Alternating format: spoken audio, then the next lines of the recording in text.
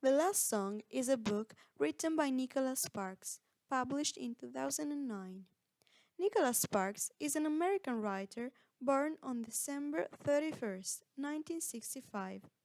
He has a sister, Danielle, who died prematurely and who will be the inspiration for one of his masterpieces, A Walk to Remember. His passion for writing began very soon. During his college years, he met the girl who would become his wife and the mother of his five children. In 1996, he published his first bestseller, The Notebook. From now on, Sparks started writing more frequently and was soon noticed by various publishing houses. In 1998, he published another bestseller, Message in a Bottle. The last song's protagonist, Ronnie, is a teenager who lives in New York and developed a strong resentment towards his dad, Steve, due to his distancing from the family, in order to pursue his musical career. Ronnie hates her parents for divorcing and stopped playing the piano, which she loved to do with her father. That summer, her mom decided that her two kids would spend the whole season with their dad in North Carolina. Ronnie does everything she can to get as far away from home as possible. During a volleyball game, she meets Will, a local young man. That day, she notices sea turtle eggs attacked by raccoons on the beach in front of her house and decides to save them by sleeping outside and supervise them. Right on the beach, Ronnie meets Will again, and after spending time together, she realizes that she has deeply fallen in love with him. Will, however, belongs to a very wealthy family, which doesn't accept his relationship with Ronnie. Over time, Ronnie has improved her bond with Steve, but right when the summer is about to end, she discovers that Steve has stomach cancer and won't survive long, which is the real reason why her mother insisted on her and her little brother spending the summer with him.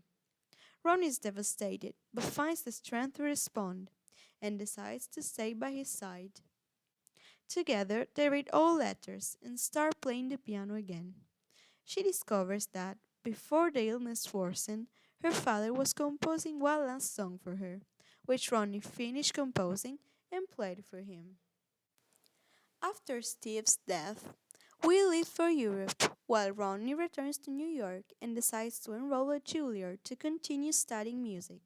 She couldn't be happier when the boy caught her by surprise and told her that he decided to study at Columbia University in New York to be with her. Let's now compare the book and the movie. There are some relevant differences, like a movie scene where Steve raises his voice with Ronnie, while in the book he doesn't. Who set the church on fire in the book is Marcus, Blake's boyfriend, while in the movie, the responsible for that was Will's friend. In the book, Ronnie plays the song first for his father, but in the movie, she plays it to Will before. Lastly, Steve died in his bed, while in the film, he was sitting in the armchair and dies towards the end. In 2010, the film adaptation, of which Sparks is the producer, was released. The last song is directed by Julianne Robinson, starring Miley Cyrus and Liam Hemsworth. The novel is different from the usual Sparks genre, as the protagonists are teenagers. The teenage world is approached by highlighting all the facets that characterize it: love and hate for one's parents, the rediscovery of fundamental values, and the awareness of what is right and what is wrong. The themes covered by the work are various. First, love, but between a father and a daughter. He tries to reconnect with her through what they have in common: music. Sparks alludes to Ronnie starting playing the piano again, rediscovering music, and finally understanding how important her father is in her life.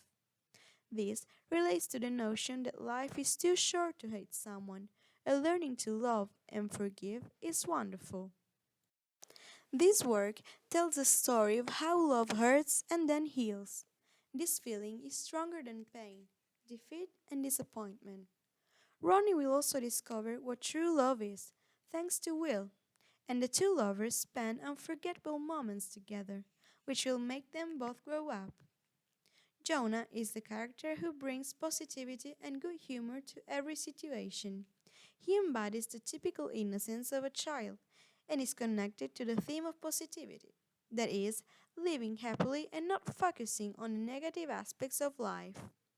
Sparks frequently includes the tragic element in his novels. For him, it is a way to free himself from the many misfortunes he suffered in his life.